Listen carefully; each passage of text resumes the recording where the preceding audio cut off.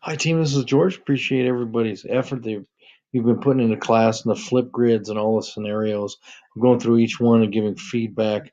I thought I was going to be done yesterday, actually, but I'm still going through it. I want to make sure that what I give you is meaningful, and I hope it is. And I wanted to take a quick deeper dive right now into Jim's performance evaluation for Project Goldmine. Everybody's flip grid conversations with that was very well done. The papers were well thought out, and I really appreciate the time that it takes you to just think through a process, because we never want to just this is this, that's that, and just be very, very binary in our decision making about this. Some people were a little more tough on Jim than others, and that's just the nature of what we do in employee employee development. That happens. That's just a natural part of being. So it's not necessarily that one's right or wrong.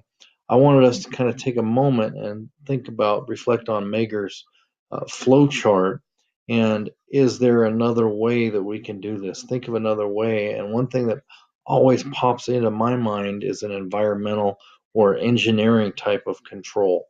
What type of process, what type of company would, because I give part of the blame to the company for Jim, because he was allowed to use a substitute part simply because the process in place didn't have multiple checkpoints. The buyers didn't have to check it out. The anybody in charge of him didn't have to see if this was substitute part was okay for the project, things like that. So at a minimum, the buyer should have had to check that out and automatically know. So it's just interesting that there were no environmental controls or engineering controls in this process. So that'd be like me just being able to say, well, I prefer to use this and it fits, so it's good. That is a very that's a big deal. No company should have that. So that's something that you can always take into perspective as well. Are these engineering controls or process controls, environmental controls, whatever you want to call them, for within your organization? Um,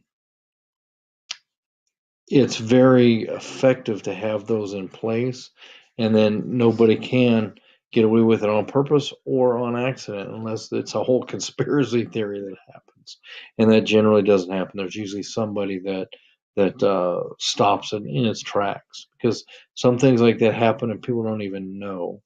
Sometimes it happens and people know, and they just want to get the job done. They want to get it done early. Maybe a bonus is in line. So that kind of thinks about, are the consequences right side up as well? So if your consequences, so bonuses, if they're only on production and getting it done, and there's no quality control measure in there, are we truly doing our organization a favor? I don't know. That's for part of reflection, to just pause, think about that in the real world situations that you go through all the time. So I just wanted to put this out and just food for thought. Have a great evening.